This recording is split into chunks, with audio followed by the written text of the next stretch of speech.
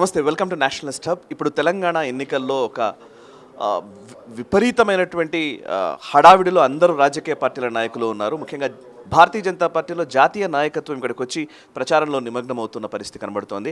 And ప్రస్తుతం తెలంగాణలో ప్రచారం కోసం వచ్చినటువంటి కేంద్ర మంత్రి చాలా సంవత్సరాలు సుదీర్ఘకాలం సుమారు 5 దశాబ్దాల పాటు భారతీయ జనతా పార్టీ కోసం అహరహము శ్రమిస్తున్నటువంటి వ్యక్తి శ్రీ అశ్విని కుమార్ చౌబే గారు ప్రస్తుతం నేషనలిస్ట్ హబ్తో మాట్లాడబోతున్నారు. వారిని అడిగి తెలుసుకుందాం తెలంగాణకు సంబంధించి అండ్ దేశవ్యాప్తంగా ఉన్న పరిస్థితుల గురించి వారు ఏం చెప్తారో తెలుసుకుందాం. नमस्कार जी, तेलंगाना का माहौल कैसे चल रहा है? आपका रिपोर्ट क्या है इधर? मैं तेलंगाना के चुनाव में दूसरी बार आया हूँ. पिछली बार मैं आया था तेलंगाना में, हैदराबाद और साथ ही जो अपना वारंगल वहाँ गया था. चारों तरफ जो वातावरण था और आज जो वातावरण है उसमें बहुत अंतर दिखाई पड़ रहा है. अभी भारतीय जनता पार्टी की बढ़त और भी लोगों में विश्वास पैदा हो रहा है.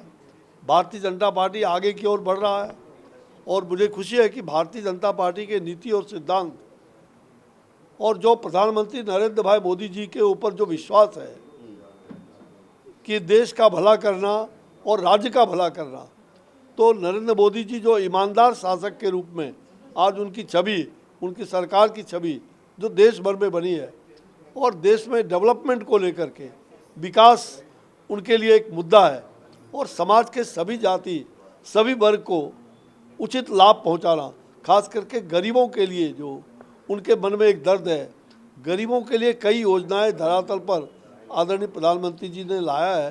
उसमें से भारतीय जनता पार्टी की सरकार में जो जनधन योजना से लेकर के आयुष्मान भारत योजना से लेकर के प्रधानमंत्री आवास योजना, प्रधानमंत्री उज्ज्वला योजना, प्रधानमंत्री गरीब कल्याण अन्न योजना, 80 करोड़ लोगों को, भारतीय 80 करोड़, दुनिया में कई देशों को मिला भी देंगे तो इतनी जनसंख्या नहीं होती.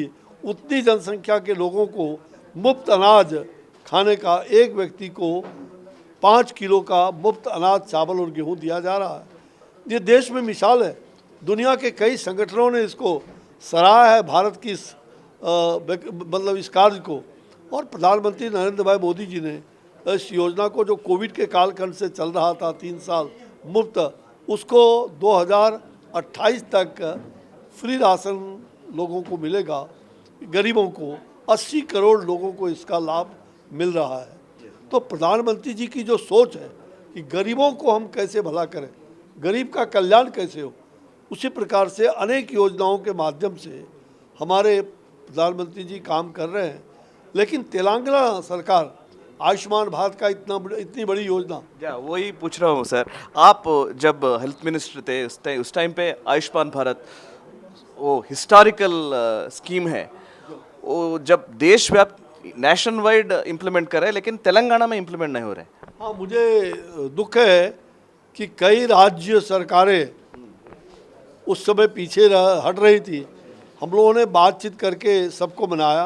इवन कि बंगाल भी नहीं था, बंगाल भी आए, लेकिन आज बंगाल में भी वो उसको फिर हट गए और तेलंगाना सरकार तो बना ही नहीं आयुष्मान भारत. अब ये दुर्भाग्य है कि तेलंगाना राज्य के कोई जनता अगर दिल्ली में रहता हो और दिल्ली में वो बीमार पड़ जाए, कोई विशेष ऑपरेशन की ज़रूरत हो, तो उसमें दिल्ली में वो गरीब आदमी उस हेल्थ कार्ड का उपयोग नहीं कर सकता. ये तो देश के भलाई के लिए था. पूरे एक समान व्यवहार करके पूरे देश के सभी राज्यों में ये आयुष्मान भारत योजना चली थी. लेकिन तेलंगाना सरकार ने यहाँ की जनता का, तेलंगाना की जनता का भला ना सोच करके और उसका बुराई किया, उनको इसका लाभ नहीं मिल रहा है. तो ये सचमुच में दुर्भाग्यपूर्ण है. और बिहार में एक कुल गणना कास्ट सेंसस कर रहे हैं. कास्ट सेंसस को पूरा नेशन वाइड इम्प्लीमेंट करना है ऐसा राहुल गांधी बता रहे हैं. यहाँ तेलंगाना में पहली बार बीसी सीएम का वादा किया है भारतीय जनता पार्टी ने. क्या हो रहा है ये कास्ट इक्वेशंस में? इवन बीजेपी भी आ गए क्या कास्ट इक्वेशंस को? इसको कैसे देखते हैं आपने राजनीति के? देखिए, भारतीय जनता पार्टी जाति नहीं, कास्ट नहीं, हम कम्युनिटी को लेके चलने वाले लोग हैं. ओके, समुदाय को लेके चलने वाले हैं. जाति नहीं, जमात, जिसको जमात बोलते हैं, कम्युनिटी बोलते हैं, हम उसकी चिंता करने वाले लोग हैं, केवल एक जाति की चिंता नहीं करती। किंतु आज के राजनीतिक परिप्रेक्ष्य में भारतीय जनता पार्टी ने, जो आपने कहा कि प्रधानमंत्री जी ने पिछले भाषण में भी कहा या कि हमारा कोई बीसी समाज का मुख्यमंत्री बनेगा, हमारी सरकार होगी, तो सही बात कहा उन्होंने। चूँकि आज जो समाज के अंदर ऐसे गरीब, शोषित, दलित, पिछड़े, जो समाज में पिछड़ेपन का भाव है, उनके लिए अगर उस समाज से आते हैं तो वो ज़्यादा कुछ कर पाएंगे।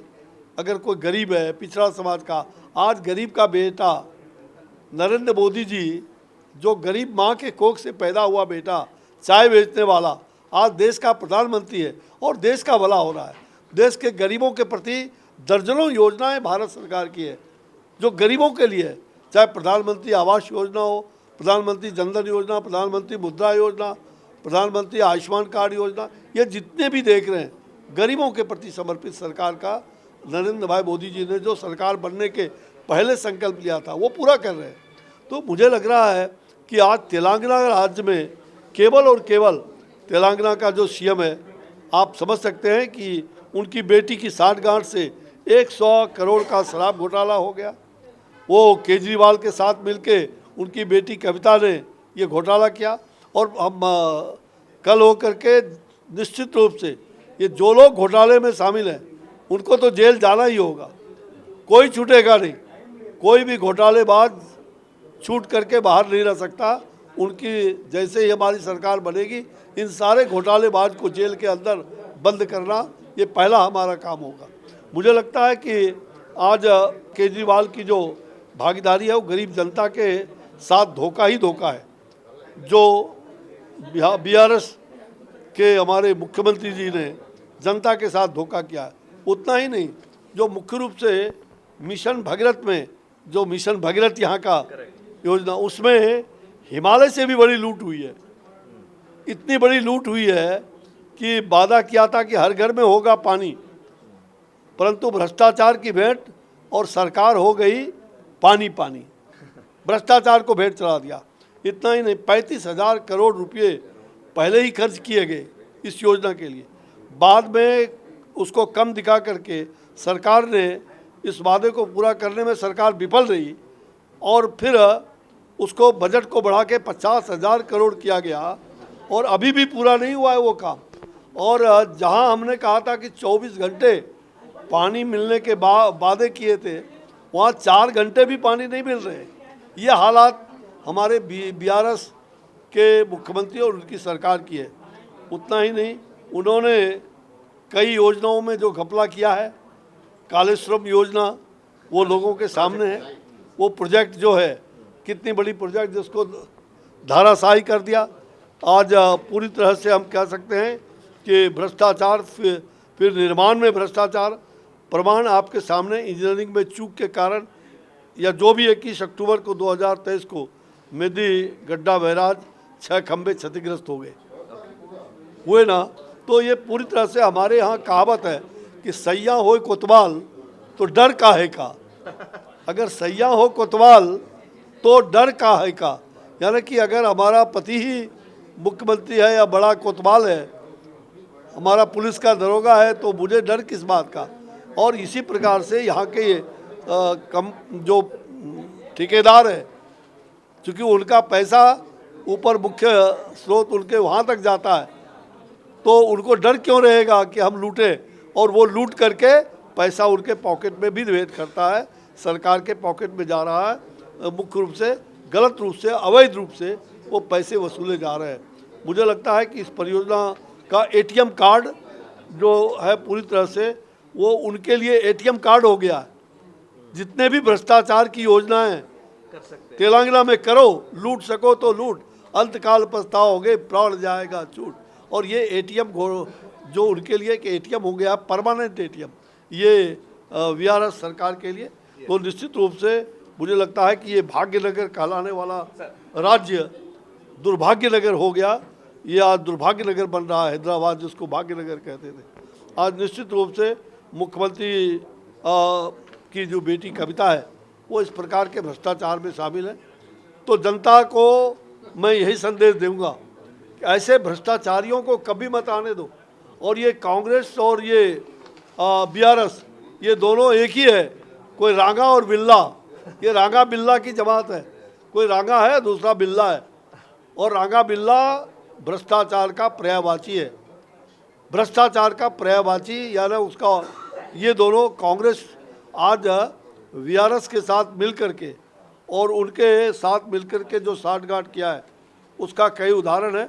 और निश्चित रूप से ऐसे लोगों को जनता कभी बख्शे नहीं। और मैं चाहूँगा कि ऐसे लोग जनता इस तरह के मतलब तेलंगाना सरकार में जो गठजोड़ है कांग्रेस का, उस गठजोड़ को बीआरएस के साथ गठजोड़ है, ये कांग्रेस अल्टरनेटिव बीआरएस को इसलिए पसंद करती है कि हमारा भ्रष्टाचार जो है उसके साथ साठगांठ करके चलता रहेगा। और कांग्रेस ने ही भ्रष्टाचार की जननी इस देश में अगर कोई पार्टी है तो वो कांग्रेस है। अगर खानदानवाद का कोई भी पार्टी है तो खानदान है। अगर खानदानवाद, भ्रष्टाचार, जातिवाद को बढ़ावा देने का कोई पार्टी ने काम किया है, राजनीति का अपराधीकरण अगर किसी ने किया है तो वो कांग्रेस है। और कांग्रेस देश में पूरी तरह से खानदानवाद, अब ये जातिवाद की बात करते हैं, हम पूरे बिहार का जो कास्ट है हम पूरे देश में लाएंगे। राहुल कहते हैं तो राहुल पहले बताएं कि वो किस जाति के, उनका संस्कार क्या है, किस जाति के हैं। कभी वो कुर्ते के ऊपर जनेऊ पहन लेते हैं मंदिर जाने पर, उनको पता नहीं कि ब्राह्मण का जनेऊ का कितना महत्व है। बिना संस्कार का जनेऊ, ये उनका संस्कार कहाँ है, वो धारण नहीं कर सकते। Wonderful sir, thank you very much Ashwini Kumar Choubey ji, thank you very much sir, thanks a lot, ధన్యవాద్ జీ. సో చూసారు కదా, అది ఆయన కాంగ్రెస్ బీఆర్ఎస్ ఇద్దరు ఒకటే, రెండు ఒకే తాను గుడ్డలు అనే విధంగా వారు మాట్లాడుతున్నారు. కాంగ్రెస్ ఈ దేశంలో అవినీతికి, కుటుంబ రాజకీయాలకు మూలం కాంగ్రెస్ పార్టీ. సో అట్లాంటి కాంగ్రెస్ పార్టీని కానివ్వండి, అధికారంలో ఉన్నటువంటి బీఆర్ఎస్ పార్టీని కానివ్వండి, రెండింటినీ కూడా ప్రజలు తిరస్కరిస్తారు, భారతీయ జనతా పార్టీ వైపు నిలుస్తారనేది కేంద్ర మంత్రి అశ్విని కుమార్ చౌబే గారు చెప్తున్నటువంటి అంశం. చూస్తూనే ఉండండి నేషనల్ స్టాప్, మనసా వాచా కర్మణ, దేశహితం కోసం.